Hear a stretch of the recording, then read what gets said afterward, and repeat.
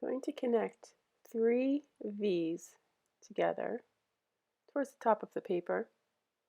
Then at the end of each, you start and loop down and all the way around and back up and connect to the end of the other one. Then we're going to do 3 upside down V's in between the valleys that we just made. At the bottom, you're going to do 2 straight lines, and that will be the stem.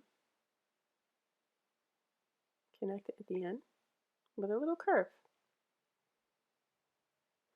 Right, start on one side, and you're going to go around and back to make an oval shape that's going behind the stem, and then 2 short lines at each end.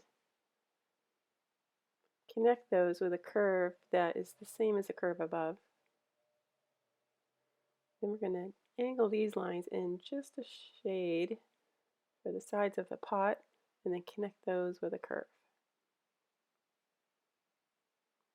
Add a little wavy line in there for the dirt.